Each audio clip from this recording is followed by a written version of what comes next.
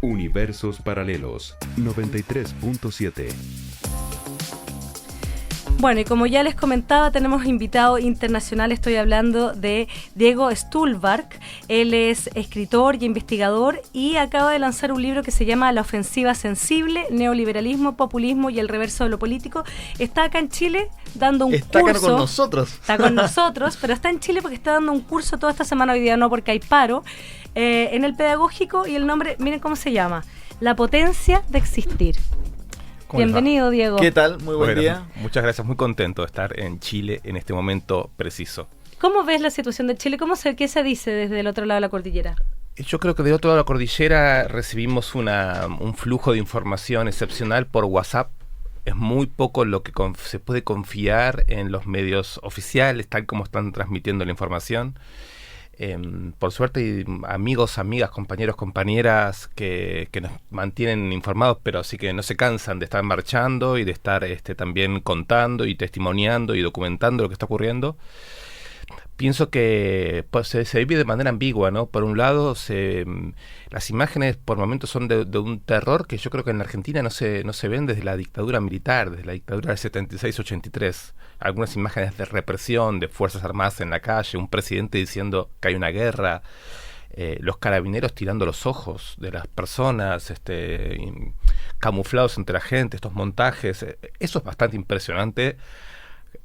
Recuerda mucho el pinochetismo, es muy preocupante en general como manera de responder a algo que en América del Sur ya hace 20 años que está despertando, que es una capacidad de movilización popular desde abajo. Ese tipo de respuesta del Estado causa terror, pero por otro lado yo creo que lo que predomina es un entusiasmo, una alegría, la verdad una alegría. No esperábamos esto de la fortaleza neoliberal de América Latina, esta pérdida del miedo, esta participación, esta creatividad de la gente joven, esta insistencia en la calle, ¿no? En definitiva, en un momento en donde la democracia está realmente en peligro prácticamente en todo Occidente, ver este tipo de situaciones genera bastante optimismo, ¿no? O sea, nos hace pensar que sí se puede renovar una y otra vez la cuestión de la teoría política, que es tan importante. Oye, bueno, entremos al libro propiamente tal, La ofensiva sensible. ¿De qué va? La ofensiva sensible es, por un lado, es un recorrido de la situación política argentina del 2001 para aquí, pero por otro lado es un intento de un ejercicio de tipo micropolítico, no macropolítico, no ir contando qué pasó simplemente con los partidos políticos y el Estado, sino tratar de pensar cómo se fue articulando a un nivel, si querés, de cómo se organiza la vida individual y colectiva, en periodos muy acelerados que van de la crisis gigantesca del 2001 a lo que fue después, lo que en Argentina se dio como una enorme voluntad de inclusión social, ¿no? Que está en general ligado con la teoría populista, con el gobierno de los Kirchner. Ya. Y después, ¿cómo fue posible, digamos, estos 4 años del gobierno de Macri pensados más que nada desde la dimensión del deseo de consumir, desde la dimensión de lo que yo llamo en el libro las micropolíticas neoliberales, un conjunto de estrategias de existencia? Yo creo que eso hay que explicarlo un poco para los auditores que no entiendan qué es esto de la micropolítica.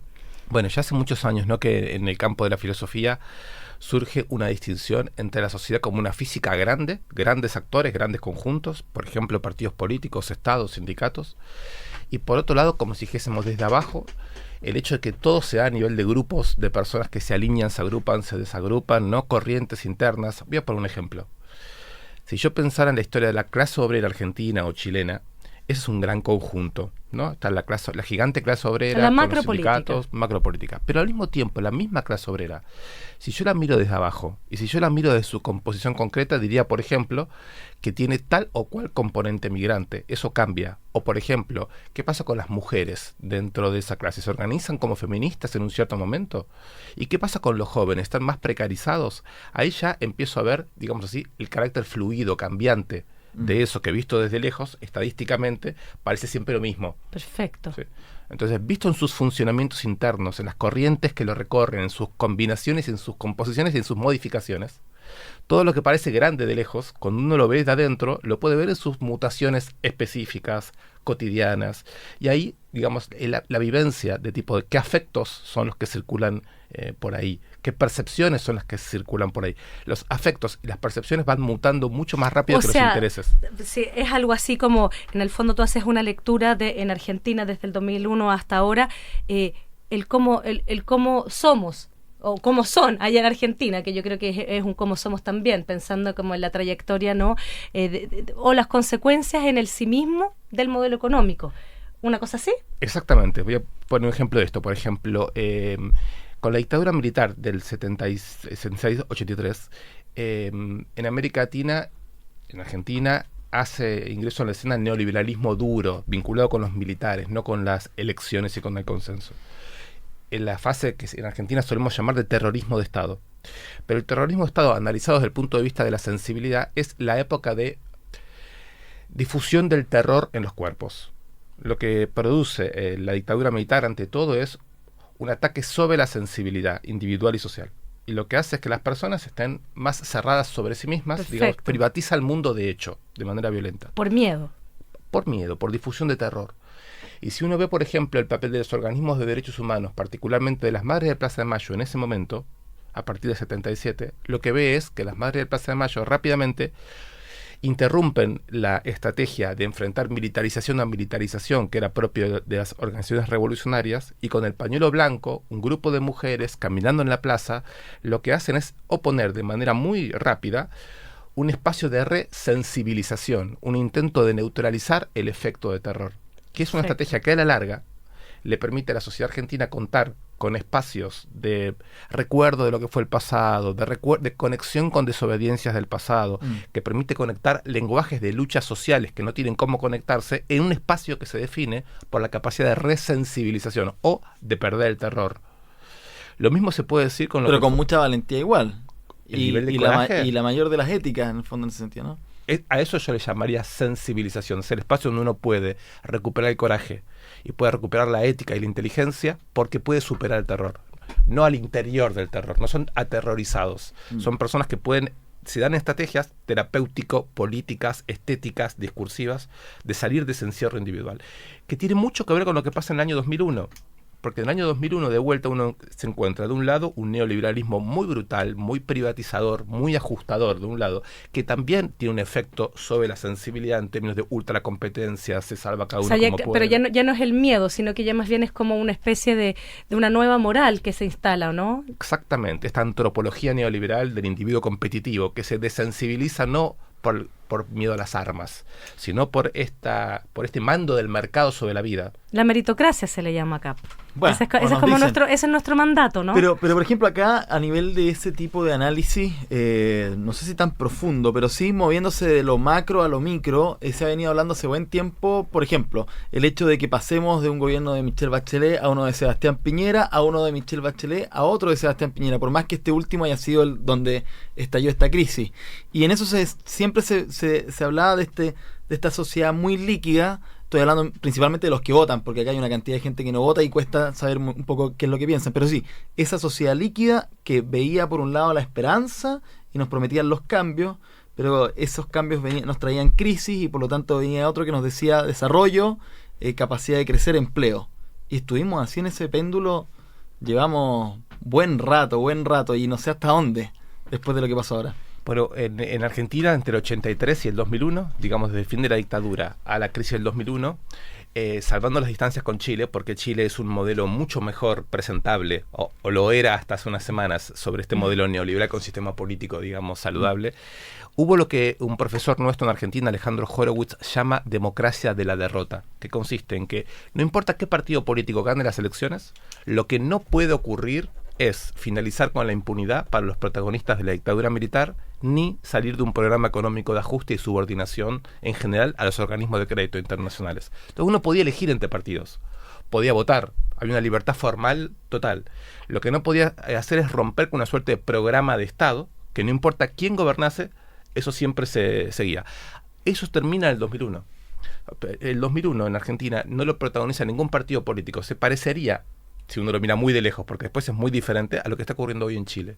Es decir, lo que vos llamás la gente que no vota, en Argentina eran un conjunto de organizaciones sociales, paradigmáticamente los piqueteros, que lo que hacen es destituir este tipo de maquinaria en donde la racionalidad del partido político y del Estado era a priori neoliberal. A priori, eso no se podía discutir.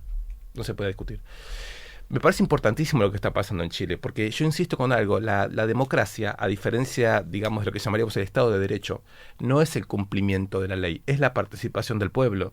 Y en América Latina ya hace unos años se está utilizando perversamente el Estado de Derecho contra la democracia. Perfecto. Sí, se está utilizando las leyes. Es impresionante ese debate. Lo vemos, por ejemplo, en el conflicto de la Araucanía permanentemente acá en Chile. Y en Brasil da lugar a algo que me parece que habría que prestar mucha atención. Bolsonaro, este tipo de reacción histérico-fascista de las élites neoliberales, tienen todo que ver con el modo en que el neoliberalismo como tal se va desarrollando. Es en la lógica interna del neoliberalismo. Cuando las masas consumen pacíficamente y la viabilización a través del sistema partido político funciona bien, la derecha, en Argentina se lo vio con Macri, es muy amigable. Quiere coachearnos a todos. Nos enseña a vivir, nos da técnicas de vida, de estar relajados, de ser productivos, nos ofrece consumo. El relajo, el liderazgo, todas esas palabras que vienen del lenguaje de la administración. Yo siempre digo el management de la vida un poco, ¿no? Pero cuando los equilibrios se pierden, cuando las masas no son tan dóciles ni en sus deseos de participar políticamente dentro de la ley que ellos proponen, ni tan dóciles en el sentido de aceptar simplemente que el mercado es el espacio de reproducción para la vida, e intentan imaginar cualquier distancia, cualquier momento de autonomía, la desesperación por evitar que se cierre la brecha entre producción de capital, de mercancías y deseo de la gente genera una militarización de las élites antes amigables y antes coacheantes, que me parece que lo tenemos que registrar, porque lo vemos hoy en Bolivia, lo vemos hoy en Brasil, yo creo que lo estamos viendo un poco en Chile, y bueno, en Argentina por suerte eso está contenido, y yo creo que está contenido en buena parte por esto que les contaba, del conjunto de reacciones sociales que de las madres de Plaza de Mayo al movimiento piquetero, al impresionante feminismo popular que está en las calles hoy, hay como contener esta deriva fascista que igual está muy presente y estuvo a punto de triunfar en las elecciones hace poco, ¿no? Pero muy breve, para entender toda la naturaleza del punto, ¿qué valor le das tú al orden, al Estado de Derecho? Muchos dicen, sin eso no podemos participar en iguales condiciones unos y otros, porque siempre van a estar los que van a hablar más fuerte, en fin. ¿Hay algo que valorar de todo eso, no? En el sentido de, por lo que me acabas de contar. Va a ser el punto. Digamos, yo pienso que cuando la política se separa de la sociedad estamos en problemas. Que la política tiene que ser, se tiene que recrear en la dinámica social. No hay posibilidad de que el Estado sea la garantía a priori de la propiedad privada. Y que eso sea lo que hace un rato una alcaldesa que ustedes entrevistaban llamó el árbitro. Tiene que haber un árbitro para que todos puedan entenderse. El árbitro es el garante de que la propiedad privada no va a ser cuestionada. A mí me parece antidemocrático radical ese razonamiento. Eso no quiere decir que uno no crean las reglas. Eso no quiere decir que no crean instituciones. Pero la historia de la democracia occidental es la historia de cómo se crean las instituciones, no meramente de cómo se respetan las instituciones del orden. Entonces mi pregunta es esto: ¿qué dinámica nos ofrecen las élites para poder crear reglas y crear instituciones a través de las cuales el cambio de la sociedad, los cambios de deseos, la participación de los jóvenes, etcétera, puedan entrar de pleno derecho a participar ahí y discutir cómo se participa la riqueza? Por eso hoy día la discusión acá es una nueva constitución, precisamente por eso, que es el cambio de la gran regla. Oye, Diego Stulbark, autor de La Ofensiva Sensible, volvamos a esta idea. ¿Qué es la ofensiva sensible? Tú partes con esta idea, ¿cierto?, de las madres en la Plaza de Mayo. ¿Qué más? ¿Cuáles son esas resistencias sensibles que tú dices que entonces cambian un poco esta forma de ser que está como colonizada por el neoliberalismo, por esta idea del coacheo, del liderazgo, del consumo? ¿Cuáles son esas resistencias sensibles? Trato de hacerlo bien prolijo, como la tesis del libro. La tesis del libro dice: dado que la sensibilidad se convirtió en el campo de batalla de la dimensión social y política, es en el plano de la sensibilidad que los movimientos sociales, las creaciones artísticas, las creaciones políticas y yo diría también amorosas, lo que están haciendo es ofensivas, se proponen por lo menos ofensivas en ese campo para disputar esta compulsión, este llamado al orden que dice solamente habrá vida sensible al interior de la competencia de mercado. La ofensiva sensible viene a discutir que esa sea la única forma de reproducción de la vida y viene a proponer otras imágenes, otros momentos de encuentro, otros momentos de producción de discurso, otro momento de otra manera de relacionarse con los otros y con uno mismo, en primer lugar, me parece a mí. Es que yo lo he pensado harto a propósito de lo que está pasando ahora en nuestro país, y para mí una de las, quizá, yo lo he dicho varias veces, de las consignas más impresionantes es esta: hasta que valga la pena vivir, y que tiene que ver con bueno, cuando estamos diciendo que vivimos más, aumentó la esperanza de vida, bueno, para algunos más que para otros, digamos, también eso está cruzado por el tema, cierto, socioeconómico, pero de todas maneras se cuestiona, ¿qué es esto? ¿Cómo estábamos viviendo? O sea, ¿vivir significa solamente extender la vida? Como si fuera también incluso un objeto, o interrogarse la vida significa, bueno, ¿qué pensamos cuando pensamos en dignidad, en la relación al mundo, con los otros y con uno mismo? Claro, yo en el libro ahí hablo de política del síntoma, o sea, ¿qué hacemos con todas aquellas personas que, por ataques de pánico, por malestares, por rebeldías, por malestares inasignables, no cuajan con el mandato general de gozar y producir en el mercado? ¿Qué hacemos con todo eso en nuestras vidas que no cuaja, que se aparece como anomalía respecto al llamado al orden? Todo este conjunto de malestares o ese síntoma, ¿es posible de escuchar? ¿Hay una verdad ahí que merece desplegarse? Vamos a decirlo de otra manera. Crear forma de vida. El asunto es cómo se crea forma de vida y no meramente cómo se reproduce el modo de vida que el neoliberalismo plantea. Tenemos derecho a crear formas de vida y no es en el plano de lo sensible donde ocurre la información básica a partir de la cual podemos crear formas de vida, es decir, escuchar un poco mejor qué sería la posibilidad de crear con otros formas de existir que no sean mera reproducción de lo que se nos impone. Perfecto, esa es la pregunta. Pregunta. Hubo una de los grafitis también que circuló muchísimo al comienzo de todo esto y que era, no decía, le estoy poniendo color, pero era, no era depresión, era neoliberalismo.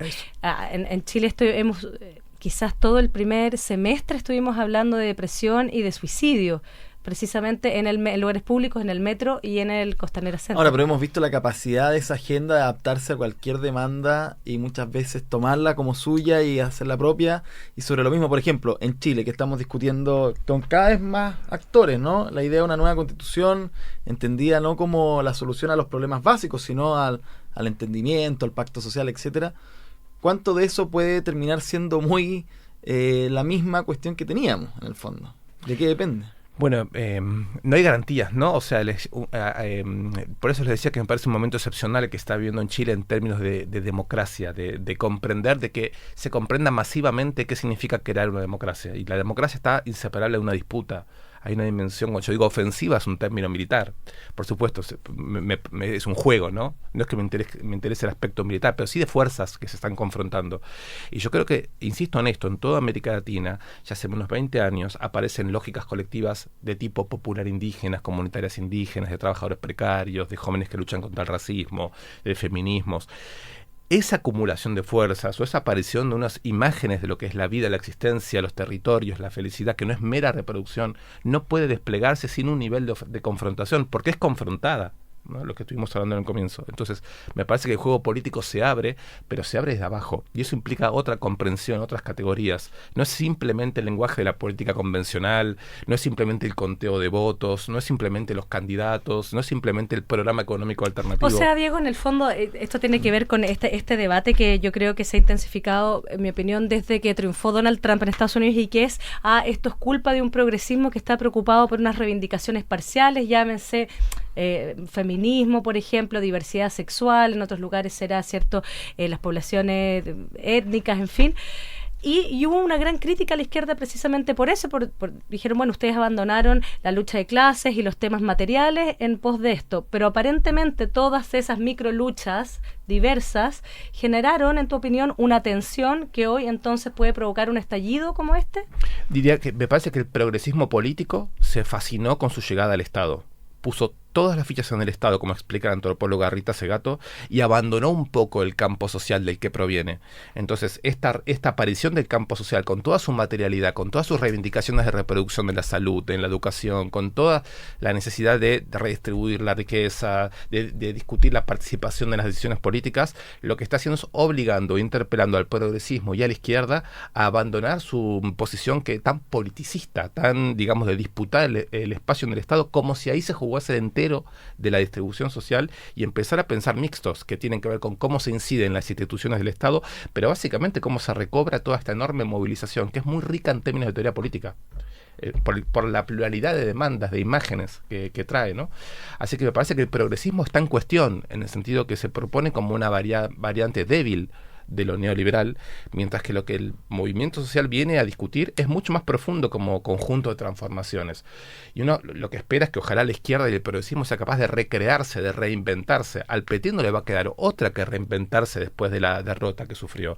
En la Bueno, Argentina, y acá también yo creo que lo que está en cuestión es que de qué izquierda hablamos, o sea, qué pasa con Frente Amplio, que también acá, hasta acá no ha sido tan representativo el movimiento social, digamos.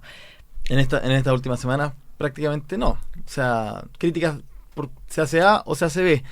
Una pregunta muy breve. ¿Cuánto de lo que ocurrió con las elecciones presidenciales en Argentina vino a descomprimir también una suerte de estallido que se podría haber visto también allá? Porque habían símbolos muy parecidos, alzas contundentes al precio de los combustibles y una serie de cosas que fueron los que activaron el estallido acá.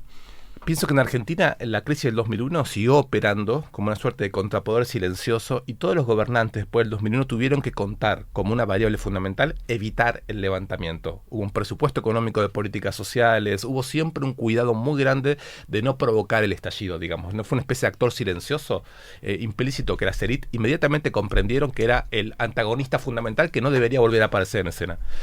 El desastroso gobierno de Macri, sin embargo, hizo todo lo posible para que esto reapareciera, porque el nivel de provocación a la sociedad fue muy alta.